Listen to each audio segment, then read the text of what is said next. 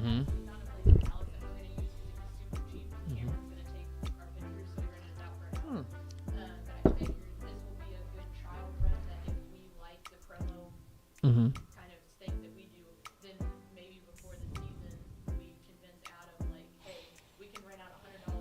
We have a person that takes photographs. Mhm. We could literally spend $100 to go get everyone's like headshot and then for the shows and stuff at Paul's studio, Mm-hmm.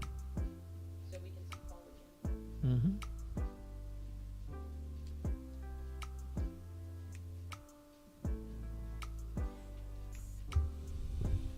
I need to move up or down or. No, you're good. It looks super zoomed in on the camera view, but it's not on the.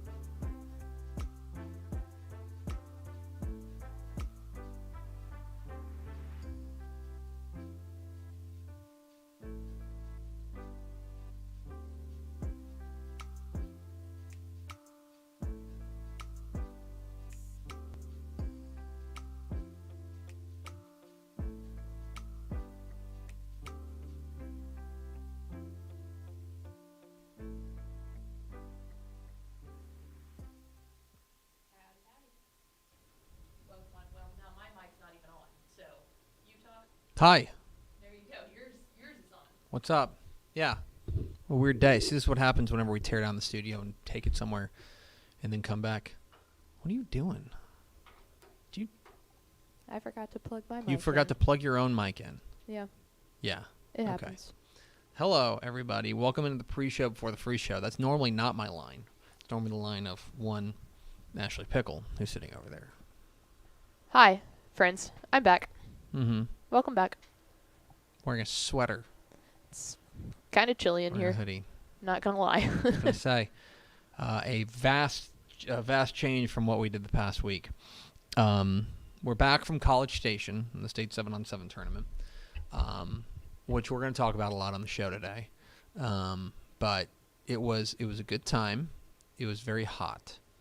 I do feel like we did a good job staying hydrated. Did you get sunburned at all? Mallory and I were given, I asked for them. I'm super excited they finally came in, like sleeveless ladies polos to wear. And so on Friday, the super long day, we wore them. And so we made sure to really, really cover our shoulders in sunscreen. We didn't think about the slight portion of the back that comes down right there. So we both got pretty sunburnt right there, but that's the only place. Because every other time we had sleeves on and we were good. But that's the only time. I escaped. Nice. I probably put on sunscreen 4 times on Friday, though. Yeah. Because, like, you put it on and then you sweat, and it's like, all right. I literally, when I put my sunscreen in the cooler, whenever I would get water, like every 2 times I would get water, I would just put some on because I'm like, it can't hurt. The other thing is Friday was particularly bad, not because it was the hottest day. I don't know if it was the hottest day. Maybe it was. But that wasn't the reason it was bad. The reason it was bad was that there was no cloud cover at all. It was just straight up, uncut, unfiltered sun right at you. I mean, this is the the no filter cigarettes of sunlight, just like absolute brutal. I will say though, and I made this statement, and I don't know, maybe it was just different for me this time, but I feel like last year's Friday was a lot hotter than this year's Friday for the sole fact that we did have a consistent breeze on Friday. Now, it was just blowing hot air, but at least there was airflow. It wasn't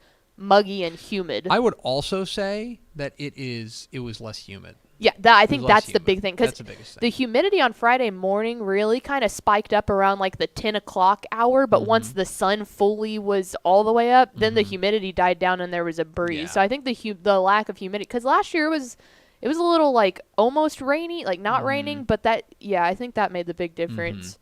So yeah, we're down in College Station. We had a good time. We'll talk a lot about what we did on the show.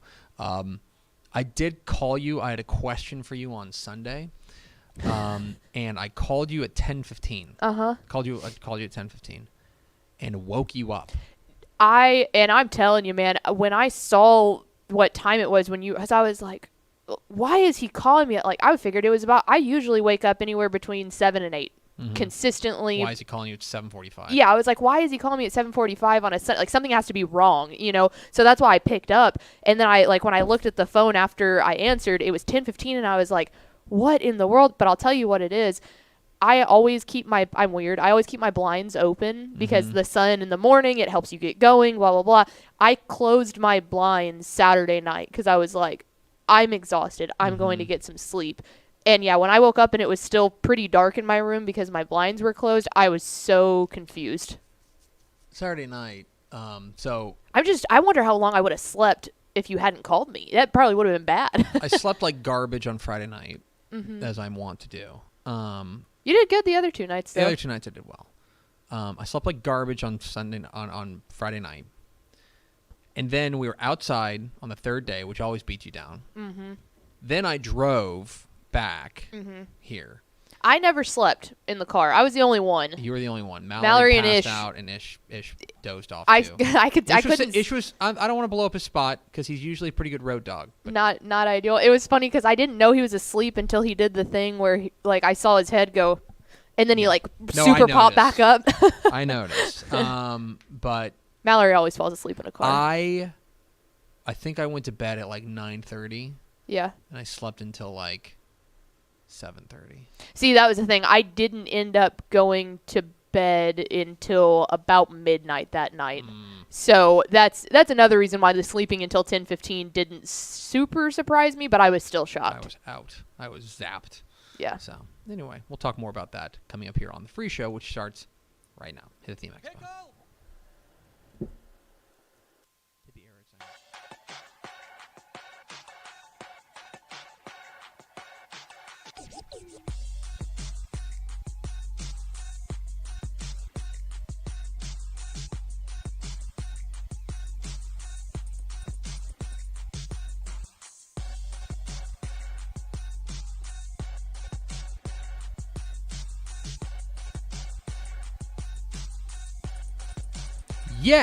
Yes, y'all.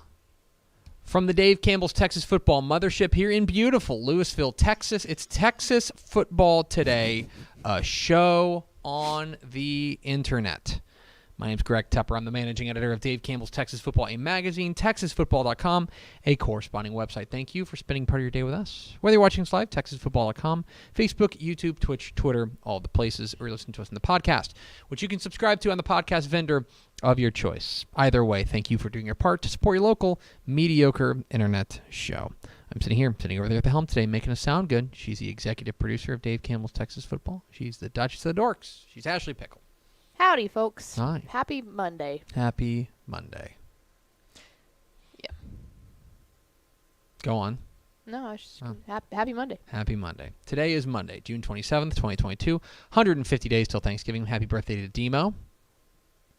If you know, you know. Episode 1411. On today's show, folks, headlines from across the state, which is mostly going to be talking about 7-on-7. We will also talk about a little recruiting stuff that happened this week because it's noteworthy in the same way that when we did headlines last Monday. We talked about it for these same reasons. We'll talk about that. In the back half of the show, we are continuing to unveil the rankings in the 2022 Summer Edition of Dave Campbell's Texas Football. Many of the subscribers have it. If you are a subscriber and you don't have it yet, check the mail today. And if you don't have it today, check the mail tomorrow. If you don't have it tomorrow, maybe send us an email. Yeah. But we will continue to roll out the rankings, the top 10 in 3A Division II coming up here at the back half of the program. Do we have first four through the door? We sure do. It was Robert Legal, Rob Hadaway, Just Chad, and Miss Terry Adams. Welcome in, fellas and lady fellas, and a belated, for anyone who didn't wish him, happy birthday to Greg Tipper. Oh. Did you have a good birthday yesterday? I did. It was very nice. Hank crushed your cake. Cake looked great. It looked awesome. Put out 6 pounds of sprinkles on it. And it looked good. A lot of sprinkles. He also wanted to have ice cream, so we had chocolate ice cream with it too. So it's just like, whew, that's a lot of chocolate. He He had to brush his teeth before he went to bed. Yeah. Say that. Is Mac, like, I don't know when it's acceptable for babies to start eating cake. Can Max have any of that? No chocolate at least. I Okay. mean, he's just now doing like baby food and stuff like Right. that. I kind of figured. So, yeah. Well, good. So I'm glad you had a good birthday. it was a very nice birthday. Speaking of recruiting, man, Roach, who also shared happy birthday to our buddy Mhm. Mike Roach Yes. yesterday. He didn't get much time off on his birthday yesterday. No, he was grinding. He was grinding on the He birthday. was grinding. I also got I believe it was, who reached out? It was Coach Cornell Gray, the head coach at Houston Fur. He DM'd me and said happy birthday. It's my birthday too, so happy birthday. Oh, Coach and Gray. Coach Cluley's little girl's birthday was Jeez, yesterday. what There's a a lot. day. What a June day. 26th, big day. But happy birthday, bud. I'm glad Big it was a day. good one. Yes, and that thank you. didn't have to spend it at 7-on-7. Because did as not much spend it as at we 7 love on 7. College Station and 7-on-7, Mhm. not the best way to spend your Yeah. birthday. Although, I didn't get my desk decorated. I know. I figured that you didn't want that, so I didn't. I'm not hurt. I It's thought okay. about it this morning. It's all right. I'm not hurt. I thought about I'm it. not hurt. Everybody gets their desk decorated on their birthday, and I'm not hurt. Okay, Don't print here's the- here's don't the real print the- thing. don't print the- Everyone don't- else who's had a birthday don't on a print the paper. weekend, we haven't done it, so I was going to feel bad if we Don't did print the it. paper that I was mad. All right. Don't print the All paper right. that I was mad. All right. All right, let's get to some headlines from across the state. You want to do 7-on-7 first? You want to do recruiting first? Let's go ahead and get the recruiting out of the way. Okay. Then we can chat 7-on-7. This was Friday. Friday, right? Yeah, Friday. Sure. I don't know. Time We had were- no meaning No, out it was there. Thursday because Oh. our buddies were driving up, our Yes. recruiting buddies, and they had to pull over. Thursday came word, and normally we save recruiting talk for This Week in Recruiting with Greg Powers, but this is an out-of-state prospect, so we won't talk about him. The Texas Longhorns got some good news. They did. Some of the best news they've had in a long time, and that is that Arch Manning, pretty much the consensus #1 player in the class of 2023, committed to the Texas Longhorns on Thursday. He did so by just creating a Twitter account and tweeting it out, and just saying, "Hey, I'm committed to the University of Texas." There was no graphic. There was no like hype video. It was just like, "Hey." It was him in a picture of a Longhorn It was shirt. him in a picture, like I think at like a Longhorns camp or Yeah. something, just throwing in a Longhorns shirt. Yeah, that's big news. Big news for a program that has been starved for elite quarterback play, at least, or they think they've been starved for elite quarterback play. And there was like I think it's funny that there was a little bit of wringing of hands from people Peeper. about what this means for like Quinn Ewers and things like that. I think the game plan here is pretty clear, and I would imagine that Arch Manning wouldn't have committed if he hadn't signed up for it. That's me, and he hasn't signed in anything like that. But Quinn Ewers is almost certainly, I would be pretty stunned if he didn't start this year. Yep. Is that fair? So there's 2022. He's probably going to start next year too, 2023. And when then Arch have Manning is a Arch freshman. behind him. And Arch Manning is a fresh. Let as a him, backup. let him get a redshirt freshman year. Right. He would probably take a red shirt or just be the backup, whatever, in 2023. After 2023, Quinn's probably going to declare for the draft. it would be pretty stunning if he wasn't Right. at that point. And so I would assume that, I mean, I'm sure they said, hey, you're going to come in and you can compete for the starting job as a freshman, but you should know what the score is. I think everybody can kind of see what the way the wind is blowing on that. I would think that if you are Texas Longhorns, you have just laid out at least what you hope is the next 4 years of your quarterback play. Right. Which is Quinn Ewers, Arch Manning. And on top of that, if that doesn't push Quinn Ewers, I feel like Longhorn fans should be looking at this as another blessing in the fact that you would think that now Quinn Ewers has it in the back of his mind. I have to go out here and ball out this year, or else he's going to come take my job next year. You know? Mm-hmm. Yo, absolutely. It is. It's obviously a big deal. You get the #1 recruit. You've started to already see a little bit of a trickle down effect. Other people commit. I think they picked up like 4 or 5 commits yesterday. So this would be big. This would be big if they were able to hold on to him. But Arch Manning's committed to the University of Texas, and in a lot of ways, this is why they hired Steve Sarkisian. They hired Steve Sarkisian to come in and bring in quarterbacks and develop quarterbacks and have elite quarterback play. Well, now, year 2, he's going to have Quinn Ewers, and then he's got the heir apparent locked in. Now, if you're talking about guys that you would watch for the portal, Malik Murphy, Hudson Card. Yep. I'll keep an eye on those guys for the portal.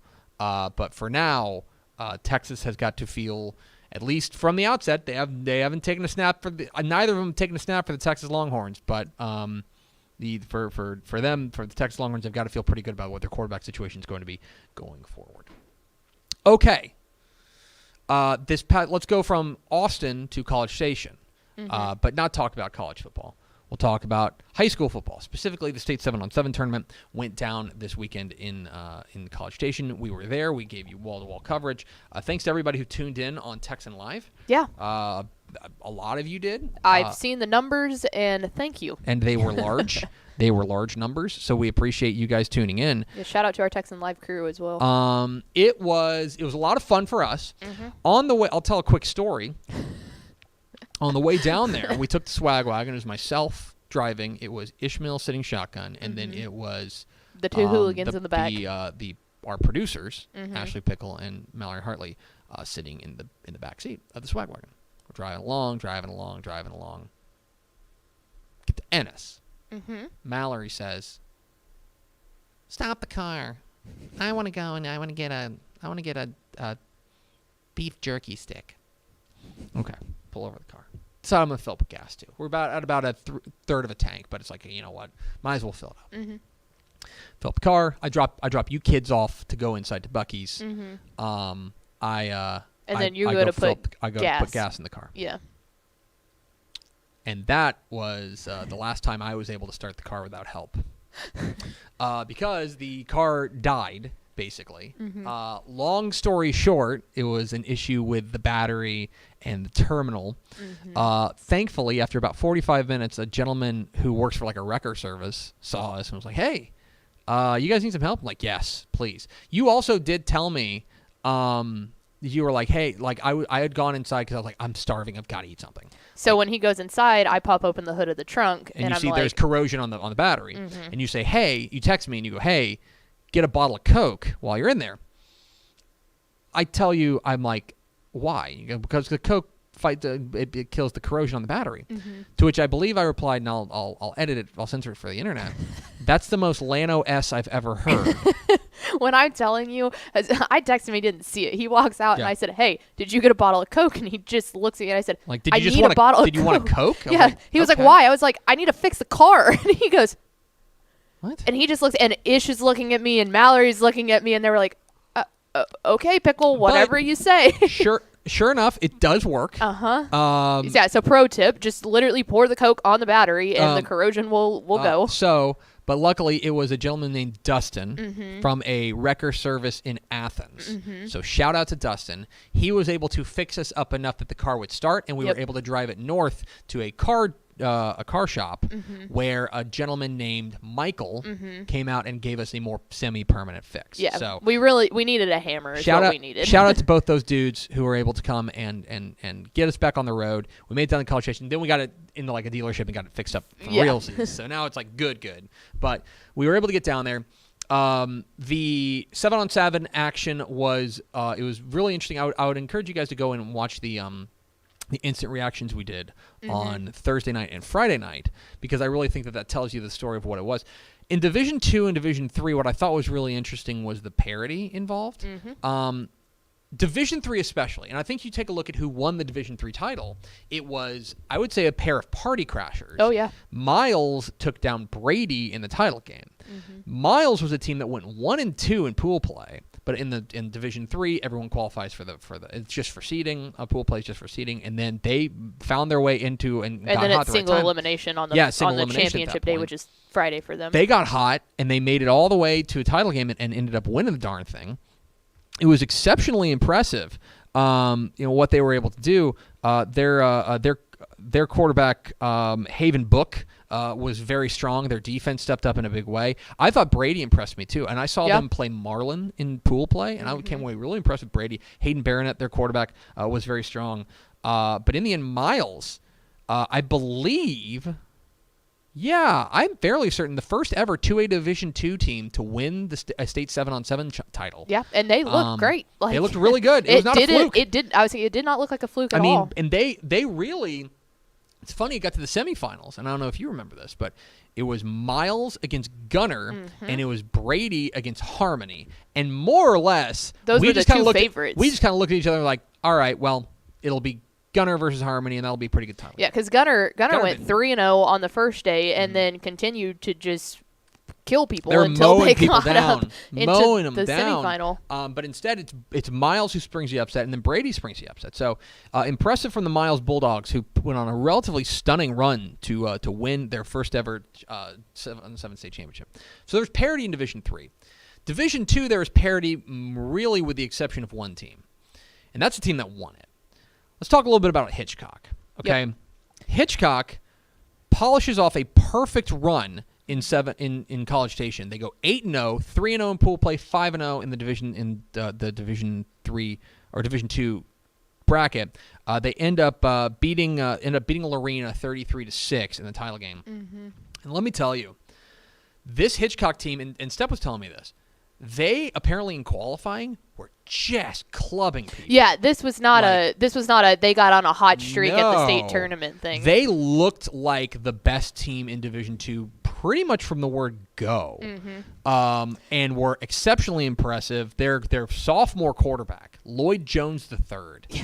So we watched them. Ish Mallory and I watched them from the quarterfinals on. We watched every single one of their games. And the first one, we're going, okay, this looks impressive. And then we get to the semifinal game, and we're sitting there with our buddy Hudson from 247, and he goes, because they have a commit they have a recruit that got an offer from Oregon, and I want to say maybe Ole Miss possibly. So we knew that kid was good, and then we saw another receiver, and we're Daniel maybe. yeah, he's a senior, and we're going, okay, he's really good, and we're going, look at this quarterback, like, who is this kid? And Hudson went up and asked, and he was like, if it's 2025, I'm going to be pumped, and it is. It so is. He's a he is sophomore. unbelievable, and they have literally every single receiver could just juke anyone that was standing in their Lloyd path. Jones III was probably the best quarterback in the Division 2 bracket, and that's saying Good something, 'cause frame, too. Good frame, tall kid. He's 6'3". He is a baby-face assassin, man. He's 6'3", like 15-year-old. He's got braces, and he looks like a little baby, but man, He can sling it. But he can sling it. That kid is a star. Lloyd Jones III was exceptional. He's a first-team All-District player as a defensive back, and then he was a receiver last year as a freshman. I think he found a spot. And I talked with Craig Smith, the coach at Hitchcock. Remember, coaches can't coach in 7-on-7, but they're all there to watch their kids. And he was telling me, he's like, we got some young kids. Like, we're gonna be a force, and by all accounts, they are going to be. We also watched Lorena, who lost in the title game. They got Jaden Porter, and he's the real stinking deal. Oh, yeah, he looks like a man amongst boys. He's the real stinking deal. Their quarterback, Yeah. Jackson Generals, excellent quarterback name. Yes. Jackson Generals, he is a little undersized, but man, he's got a howitzer connected to his shoulder. Dude, we got to look it up, but I'm telling you, he has to be a shortstop or a second baseman for them because I was talking with the Lorena assistant coach, or or I guess it was the Lorena 7-on-7 coach, and he's like, yeah, he's our second baseman. Ha! I called it. I Second knew baseman it. or shortstop. I don't know what he said. knew but yeah. it. I was He like, had it, I was and the like, way we're talking he about it. zips his passes too. I mean, he almost throws it more like a little bit of a baseball.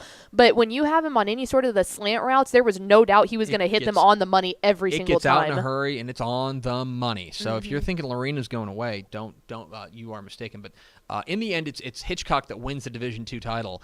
And then Division 1 rolled around. They started the tournament right after that. We rolled around at pool play. I think everybody was really paying attention to the consolation bracket, specifically the run that Capel went on. Many people are calling it the miracle on the Brazos. Okay, Antonio Wiley, big fan. The This can't be a thing. The miracle on the Brazos. You know how many I just want times you to I saw pew pew this weekend? I just want you to put the word out. Put the word out there. We back up. Okay. Capel They got that dog in 'em. Capel did go to the semifinals of the consolation bracket, but This was a lot more surprising another- of a division. yeah, a little bit more surprising. But I would say that especially what ended up happening, especially in pool play, you're right. The teams that what was most notable was the teams that missed the championship bracket. Westlake, Okay, Lake Westlake, Travis. Westlake, Lake Travis, Shadow Creek. Hebron, the defending champs, and Shadow Creek all missed the championship bracket. They all played in the consolation bracket. And Westlake, every year, this happens every year. Every year there's a few favorites that don't make it to the championship bracket, and then they wake up on Saturday and just say, nah. I think I'm good. Yeah. And I believe they lost to Amarillo in the first round. Yeah. And it was like, Now, I'm not particularly worried about Westlake. No. I think that they were a little underwhelming in College Station, but I would not put a worry on them. They're a team that's going to end up winning with their lines, with fronts, with their defensive front and their offensive line.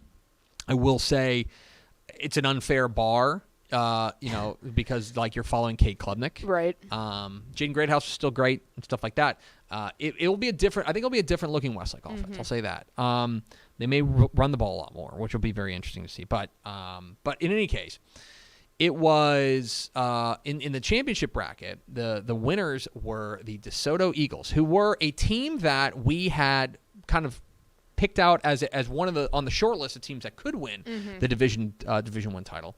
DJ Bailey, their quarterback, has grown up a lot. Yes. Jonte Cook is a star. I don't need to tell you that. They've when got he weaponry. stays in the game. He was cramping up their leg. He got kicked out of 2 games. So. Oh, did he really? Oh, I did not. Yeah, know that. he's very boisterous. He has a strong mouth on him. He'll chat with you. He will. Yeah, he'll have words. He'll chat with you. But they end up winning the Division 1 bracket.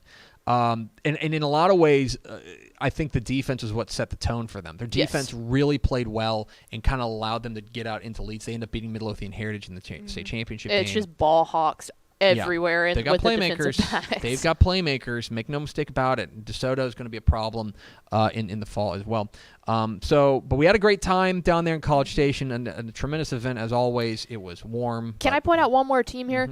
Sure. The Harker Heights defense, I'm marking it down on June 27th. They are for real this year. I think that whole team is for real. They really are. That defense is unbelievable. There were a number of teams that really looked good on the hoof. Because they have Rashawn Sanford. And then they've got a little squirt wide receiver. I mean that in a nice way. He's like undersized, but man, he could juke you out of a phone booth. We saw they had an interception at one point, and I wish I could remember who it was, but legitimately, the kid juked someone so hard, got out of the golf cart and like lost his mind. Yeah. It was awesome. Very that Harker and one Heights mixtape. Yeah. Whoa. Yeah.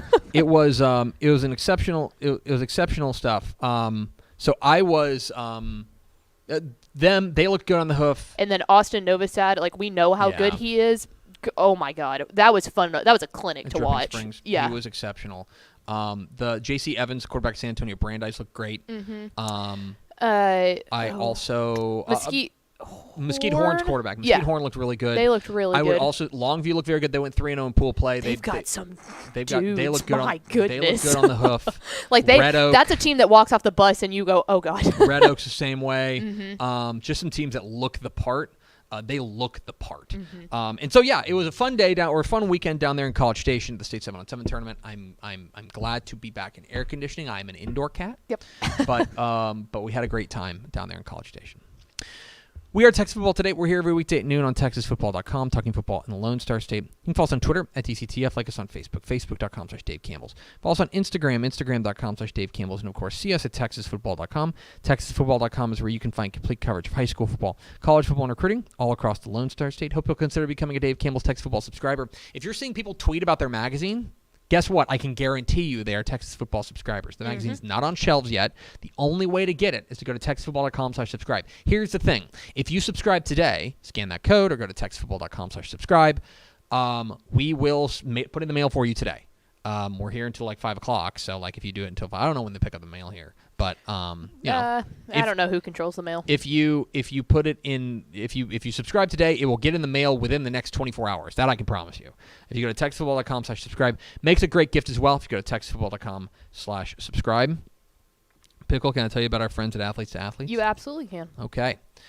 So I'd love to tell you about our friends at Athletes as it loads on my computer. Playing football at the college level is a dream shared by many high school athletes in the state of Texas, but there's more that goes into making that dream a reality than just on-field performance. There's academics, there's culture, interests, locations. Those are just some of the areas that need significant consideration. So what if I told you that there is a college counseling service that could help you navigate this process from start to finish, developed specifically for student athletes? Headquartered right here in Texas, Athletes to Athletes is just what you need. As the best college counseling service available to student athletes, this local business is focused solely on helping student athletes find the right college programs for their needs, both on and off the field. This program encompasses all of the expertise and services of a traditional college counselor with added programs, tools, and resources that are unique to the student-athlete experience. Please do me a favor. Go to athletetoathletes.com/DC today to schedule your free info session and see how they can help you pursue the best college program for you. That's athletetoathletes.com/DC, or scan that QR code. Don't take my word for it. Go talk to our friends at Athletes to Athletes. All right, Pickle. One last thing to do today, and that is to continue rolling out rankings. It is ranking season, and we are having a great opportunity to roll out the top 10 in each of the classifications. Of course, we have expanded rankings in each of the classifications in the 2022 summer edition of Dave Campbell's Texas Football, so we hope you'll go to texasfootball.com/subscribe. We are, of course, the official rankings provider of the Associated Press, so these are the Texas high school football rankings of record heading into the 2022 season. We've reached 3A Division II, and in 3A Division II, we're going to rock and roll in the top 10, starting with Bears. The Bears. The DeKalb Bears are the number 10 team in Dave Campbell's Texas Football to start the season, and there's a lot of upside on this team. They bring back 16 starters from last year's breakout 8-4 squad. This is a team with a ton of experience, especially on that front line. They are going to be really talented. I think that offense has a chance to be really exceptional, and you take a look at what they're going to be up against there in Region 2. No cakewalk, but this is a team that I think is ready to make that next leap. DeKalb starts the year number 10 in Dave Campbell's Texas Football. To number 9, one of the teams we saw down in State 7-on-7 this weekend, the East Bernard Brahmas are the number 9 team in Dave Campbell's Texas Football. A relatively disappointing season by their standards last year, going 9-3 and losing in the area around. But this is a team that's going to bring back more than half of its offense, though there is some rebuilding to do on the defensive side. The offensive line is going to be a star for this team. They're bringing back a lot of senior leadership up front. There's going to be some youth on the defense, and that's going to be a big question for Wade Bossie's East Bernard branch. But the East Bernard Brahmas start the year number 9 in Dave Campbell's Texas Football. Number 8, the Childress Bobcats are the number 8 team in Dave Campbell's Texas Football, and it's hard to know what to make of Childress coming into this season.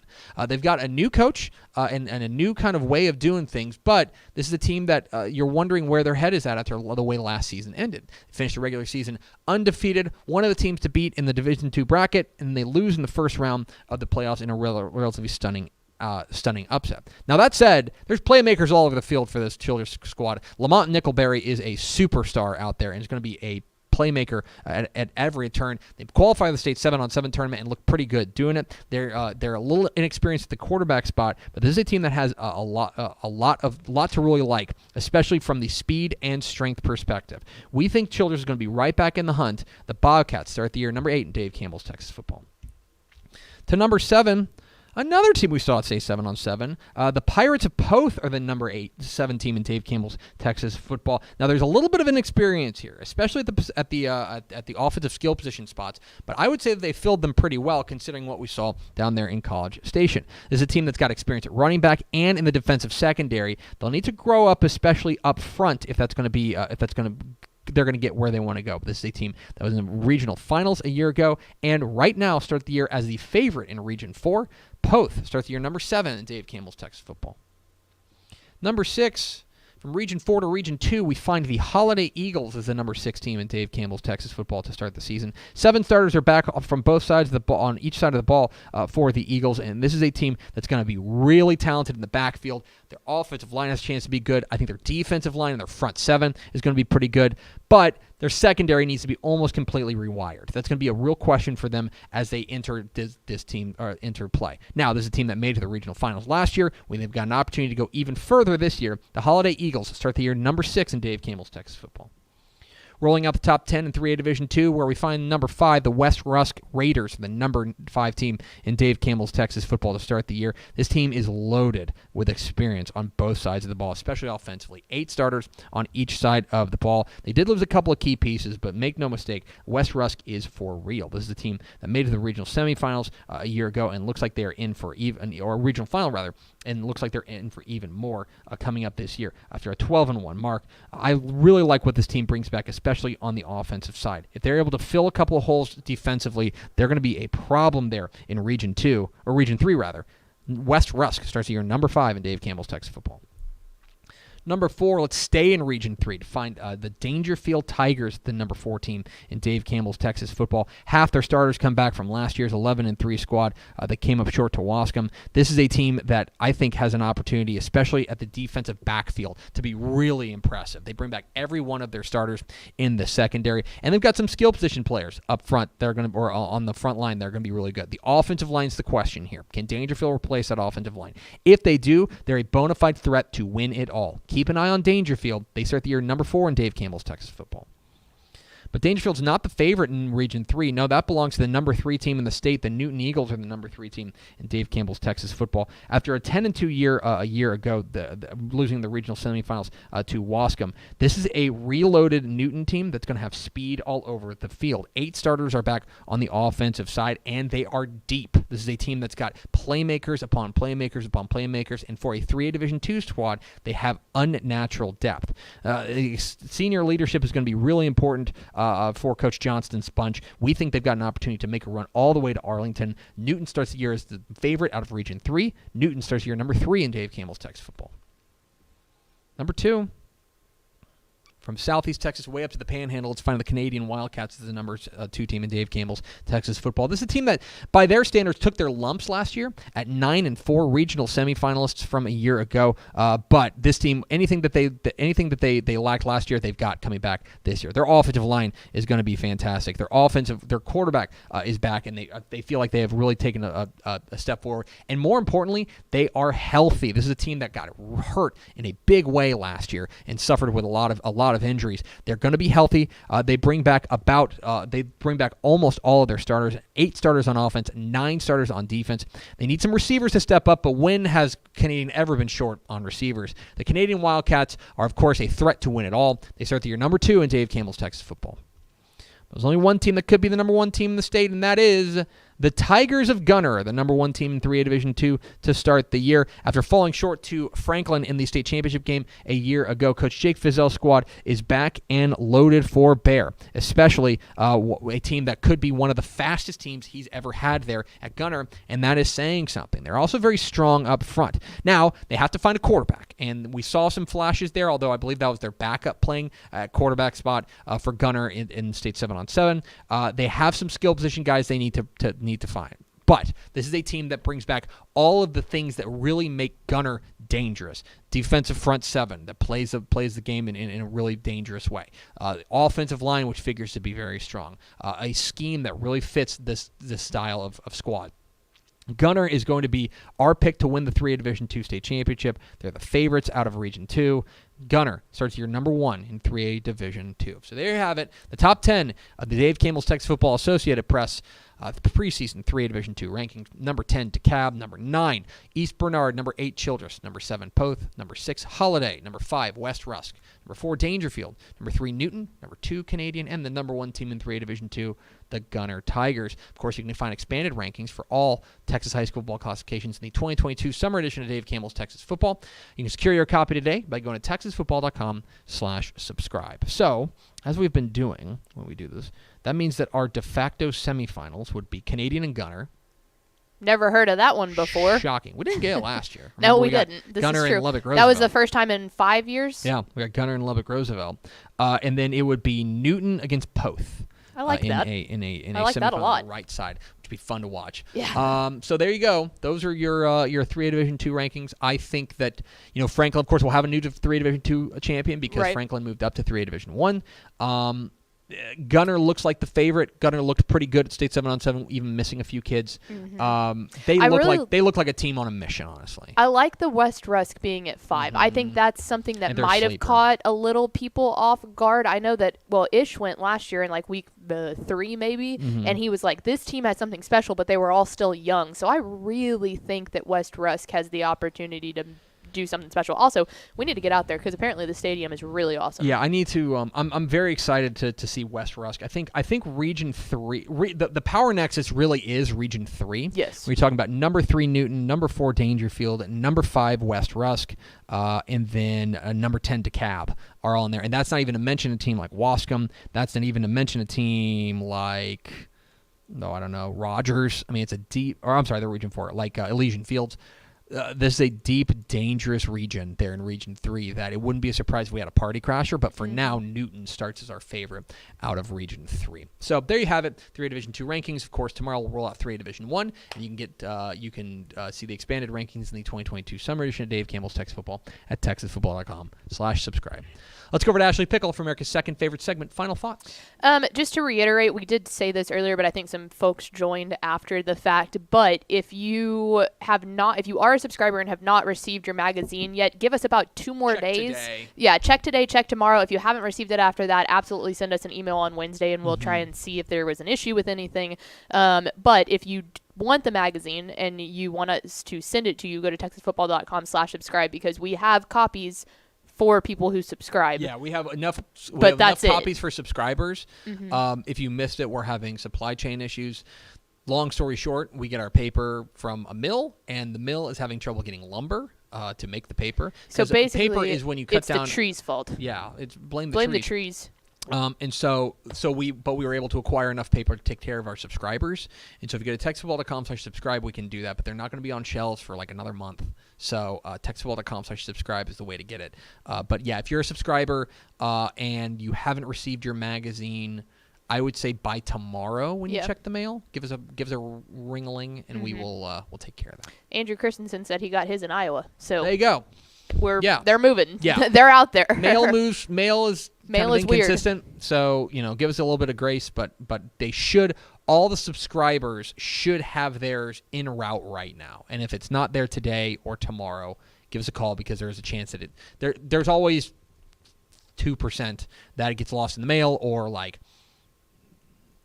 sometimes somebody too, nicks it. You know make what sure, I mean? yeah, if just double check too, go on your subscription and make sure your home address is updated because that's where a lot of issues happen sometimes. So before emailing us, make sure your address is okay, and then email us about your address change. Yeah. So there you go. That's going to do it for us. Thanks for spending a little bit of your day with us. Follow us on Twitter at DCTF. Like us on Facebook. Facebook.com/Dave Campbell's. Follow us on Instagram. Instagram.com/Dave Campbell's. And, of course, see us at TexasFootball.com. For Ashley Pickle, I'm Greg Tepper. Vince Young, please get your Player of the Year trophy. We'll see you tomorrow on Texas Football Today.